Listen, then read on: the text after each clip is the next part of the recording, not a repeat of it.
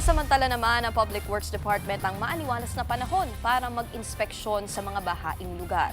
Pinuntahan ng ahensya ang drainage sa EDSA Balintawak sa Quezon City. Umabot hanggang bewang ang baha doon kapag malakas ang ulan.